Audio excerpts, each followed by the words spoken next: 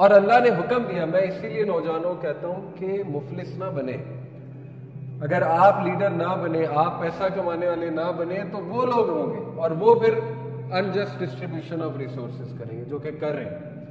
اپنے ہاتھ میں رکھے چیزیں. مسلمان اکنامکلی اگر اچھا نہیں ہے تو پھر وہ لوگ جو ہے وہ ہم کو وہاں سے مار لگائیں گے, وہ کہیں گے ہم سے مانگو, ہم سے خریدو.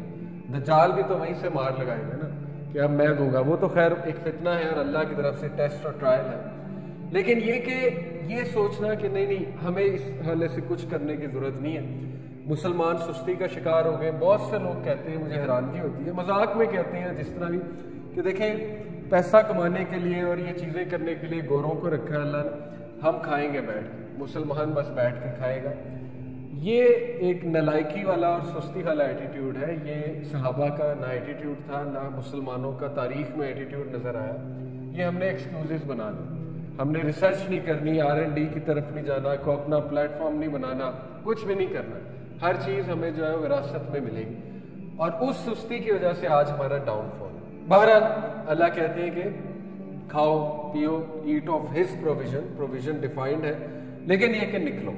تو یہ آئی ہوپ کہ بہت ہمیں کلیئر ہو گیا ہوگا. پرووائڈر اللہ ہے, بہت بیسک بات ہے. وَمَا مِن دَابَّةٍ فِي الْأَرْضِ إِلَّا عَلَى اللَّهِ رِزْقُهَا وَيَعْلَمُ مُسْتَقَرَّهَا وَمُسْتَوْدَعَهَا, and there is no creature on earth but that upon Allah is its provision. کوئی بھی کریچر نہیں اس زمین پہ, چاہے وہ بیکٹیریا بھی ہے, وہ بھی تو کہیں نہ کہیں سے اپنی خوراک لے رہا ہے نا, وہ بھی لیونگ بینگ. کوئی بھی چیز نہیں ہے الا یہ کہ اللہ پر ہے اس کا رزق. یہ اللہ پر چھوڑ دو.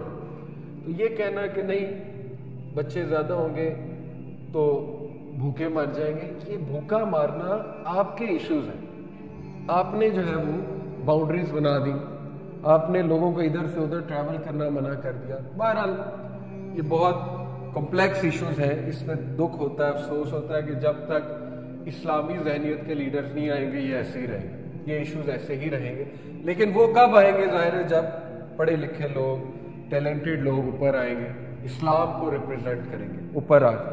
تو کوئی بھی کریچر نہیں ہے جس کو جو دنیا پر ہو, لیکن یہ کہ اللہ کے باؤنڈنگ ہے, اللہ اسے رزق دے. اور اللہ جانتا ہے it's place of dwelling and place of storage. Allah یہ بھی جانتا ہے کہ پلیس آف اسٹوریج اور ڈویلنگ کہاں اس کے رزق کی. کل فی کتاب مبین, سب کا سب لکھا ہوا ہے ان اے کلیئر رجسٹر. لکھ دیا ہے اللہ نے, لیکن ایفرٹ آپ نے کرنا. تو بہرحال اس کے علاوہ یہ حدیث ہے, whoever suffers from destitution and he beseeches the people for it, جو کوئی بھی غربت یا فقر کا شکار ہے یا فاقے کا شکار ہے اور وہ لوگوں سے امید لگاتا ہے, لوگوں سے مانگتا ہے, مانگنے میں کوئی حرج نہیں ہے مدد, لیکن یہ کہ امید, his destitution will not end, اس کی غربت ختم نہیں ہوگی کیونکہ اس کا رویہ غلط ہے. And whoever suffers from destitution and he beseeches Allah for it, Allah will send provisions for him sooner or later. اللہ وہاں سے دے گا کہ وہ گمان نہیں. وَمَن يَتَّقِ اللَّهَ يَجْعَل لَّهُ مَخْرَجًا, جو کوئی بھی اللہ کا تقوی اختیار کرتا ہے اللہ اس کے لیے راستے نکال دیتا ہے, اور اللہ اسے وہاں سے دیتا ہے کہ اس کا گمان بھی نہیں جاتا. بات ہے توکل کی, اللہ سے امید لگانے کی, اللہ کو پہچاننے کی, اور تھوڑا سا ہاتھ پیر مارنے کی اور اپنا ذہن لڑانے کی. یہ دعا بھی کرنی چاہیے کہ اے اللہ مجھے دنیا میں کھپا نہ دے. یہ دعا بھی کریں. یہ اس لڑکے کا آنسر ہے جو کہہ رہا تھا کہ آج کل ہم نے لائف سٹائل ایسا اڈاپٹ کر لیا کہ ہم کھپ جاتے ہیں, نمازیں مس ہوتی ہیں. تو یہ آپ دعا کریں کہ اللہ میرا بندوبست ایسا کر دے کہ میں نہ کھپوں اس میں آپ کی عبادت کے لیے. اور یہ اللہ کے نبی صلی اللہ علیہ وسلم نے گارنٹی دی. صحیح بخاری کی حدیث ہے, حدیث قدسی ہے, یا ابن آدم تفرغ لعبادت, اے ابن آدم میری عبادت کے لیے اپنے آپ کو فری کر لیں. کیا ہے اس کا reward? Devote yourself to my worship, I will fill your chest. کیا کروں گا؟ میں تیرے صدر کو, تیرے سینے کو غنی کر دوں گا, فلفل کر دوں گا, کنٹینٹمنٹ دے دوں گا, غنا دے دوں گا. غنا ایک بہت بڑا کنسیپٹ ہے. غنا ایک ریوارڈ ہے اللہ کی طرف سے جو نازل ہوتا ہے. غنا سے مراد ہے تو سیٹسفائی ہو جائے گا, پہلی بات. دوسری بات, اور ول ایلیویٹ یور پاورٹی, اور میں تیری غربت کو ختم کر دوں. یہ بہت ڈیپ باتیں اگر آپ اس میں سوچیں کہ رسول اللہ صلی اللہ علیہ وسلم نے کہا کہ دجال جب آئے گا تو اس سے پہلے 3 سال گلوبل فیمن آئے گا، بہت بڑی قحط سالی آئے گی اس کے 3 سال پہلے۔ اللہ کے نبی صلی اللہ علیہ وسلم نے کہا کہ اس دور میں سبحان اللہ و بحمدہ سبحان اللہ العظیم کافی ہے تمہیں، یا غالباً سبحان اللہ والحمد للہ ولا الہ الا اللہ واللہ اکبر، اس میں مجھے تھوڑا سا ہے وہ، لیکن آپ چیک کر لیجئے گا ان میں سے کوئی ایک ذکر ہے۔ کہا یہ ذکر کافی ہے تمہارے لیے، کافی سے مراد ہے بھوک بھی ختم کر دے گا، رزق کی طرح۔ ایک صحابی آئے رسول اللہ صلی اللہ علیہ وسلم کے پاس، غربت کی شکایت کی، ان کو بھی یہی ذکر بتایا، ان میں سے غالباً سبحان اللہ و بحمدہ۔ کچھ عرصہ بعد وہ صحابی آئے، شکایت کہتے ہیں میری ختم ہو گئی۔ کیسے ختم ہوئی واللہ عالم، شاید لٹرلی ٹینجیبل رزق مل گیا، یا انہیں فلسفہ حیات سمجھ آ گیا اس ذکر سے، یا غنا مل گیا، بہت سی چیزیں ہوتی ہیں نا، ٹائم ویلتھ مل گئی، ہو سکتا ہے سوشل ویلتھ مل گئی، پتہ نہیں کیا مل گیا، بہرحال جو بھی تھا، لیکن یہ کنسیپٹس ہماری یوتھ کو پتہ ہونے چاہیے کہ ذکر اللہ قرآن مجید میں شفا ہے۔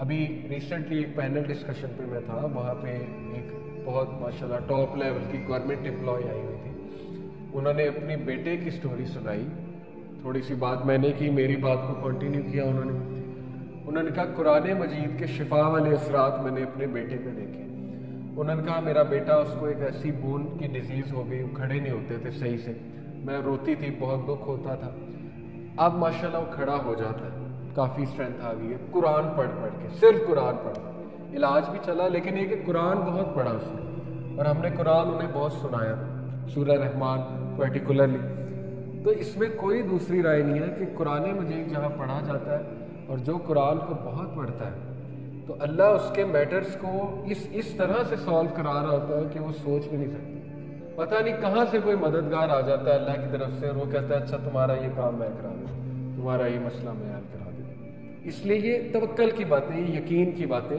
جو کہ اللہ نے گارنٹی دی کہ تو اپنے آپ کو میری عبادت کے لیے فارغ کر لے، باقی جو ہے وہ مسئلے جو ہے وہ حل ہو جائیں گے۔ ایک اور حدیث سے ثابت ہے، اللہ کے نبی صلی اللہ علیہ وسلم نے کہا کہ whoever is focused only on this word، مسئلہ ہے صرف ایک چیز کو پرائرٹی بنانے میں، یہ منع نہیں ہے کہ اس کو پرائرٹائز نہ کرو، لیکن لسٹ میں ذرا نیچے کرو۔ اللہ will confound his affairs، اللہ تعالیٰ اس کے افیئرس کو پھیلا دے گا، and make him fear poverty constantly، یہ غنا کا اپوزٹ ہے۔ غنا یہ ہے کہ ڈر کوئی نہیں، صحابہ کوئی ڈر نہیں، ادھر سے ادھر چلے گئے، کیا رزق تو لکھا ہوا ہے۔ وہ عبد الرحمن بن عوف سب کچھ چھوڑ کے ہجرت کر جاتے، مصعب بن عمیر امیر ترین آدمی، اتنے یوتھ میں ایسے ڈریسز پہنتے تھے، ایسا پرفیوم لگاتے تھے، ایسی چپل پہنتے تھے، شوز مشہور تھے، دور دراز علاقوں تک ان کی ڈریسنگ مشہور تھی، سب کچھ چھوڑ دیا، میں جا رہا ہوں، کیونکہ فیئر ہی کوئی نہیں تھا، وہ مدینہ میں جا کے مل جائے گا۔ عبد الرحمن بن عوف کو کس کا اللہ کے نبی نے مساوات جب قائم کی، مساوات کہہ رہے ہیں جو بردرہڈ جو قائم کیا، اس میں کس کا پارٹنر بنایا تھا؟ سعد بن عبیدہ کا، امیر ترین آدمی، سعد بن عبیدہ چیف تھے۔ سعد بن عبیدہ نے کہا عبد الرحمن ہاف آپ کا ہے، عبد الرحمن بن عوف نے کہا جزاک اللہ، مارکیٹ کا راستہ دکھا دیں، اور اس کے بعد عبد الرحمن بن عوف سعد بن عبیدہ کو بھی کراس کر گئے۔ بہرحال کوئی صحابہ نے ایکسیپٹ بھی کیا، کوئی حرج نہیں کسی کی ہیلپ کرنے میں، لیکن توکل کا وہ لیول کہ مجھے تو ملنا ہے، اور ملا۔ اور یاد رکھیں ہجرت میں پہلا سٹیپ، مسجد تو بنائی وہ الگ موضوع ہے، پہلا پریکٹیکل سٹیپ صحابہ کو وہاں بات کرنے کا تھا مارکیٹ کا راستہ دکھانا، اکنامک انڈیپینڈنس۔ ہم سیرت پہ اس طرح غور ہی نہیں کرتے، تو دین دنیا جدا نہیں ہے۔ بہرحال and he will not get any thing of this world except that which has been, اس کے دل میں ہر وقت ڈر ہوگا، یہ نہ چلا جائے، وہ نہ چلا جائے، یہ نہ ہو جائے، جاب نہ چلا جائے، ایسے نہ ہو جائے، ویسے نہ ہو جائے، کیونکہ غنا ہی نہیں ہے دل کے اندر، کانسیپٹ ٹھیک نہیں ہے، اور کچھ نہیں ملے گا سوائے کہ جو بس ملنا ہے۔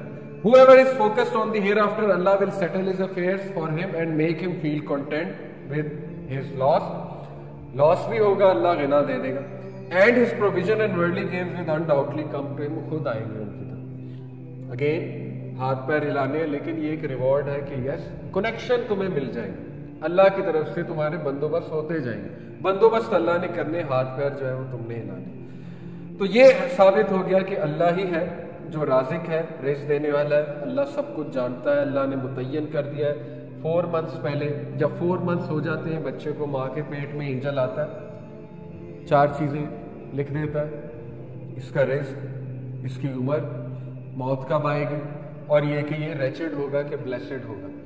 یہ باتیں لکھی ہیں.